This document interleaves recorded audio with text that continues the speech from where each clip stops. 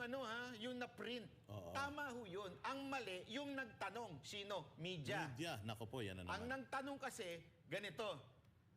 Sabi ni PRRD, blanco daw yung pinirmahan mo. Walang sinabi si PRRD, panoorin yung paulit-ulit, walang sinabi si PRRD na blanco yung pinirmahan ni BBM. Ang sinabi niya, blanco doon sa BICAM. So naturalmente, itong presidente, ang sasagot niya, sandali, wala namang blanco ah.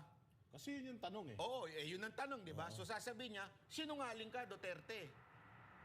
Kasi nga, iba yung tanong. Ang problema kasi, sana lang, mawalang galang na po, Pangulong Marcos, sana, bago kayo sumagot, sinigurado nyo muna yung tanong dahil mga ulul talaga ang mga media.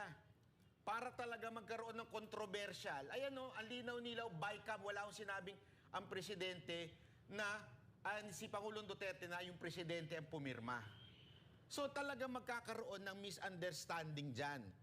Ngayon, alam nyo kung ano palalabasin.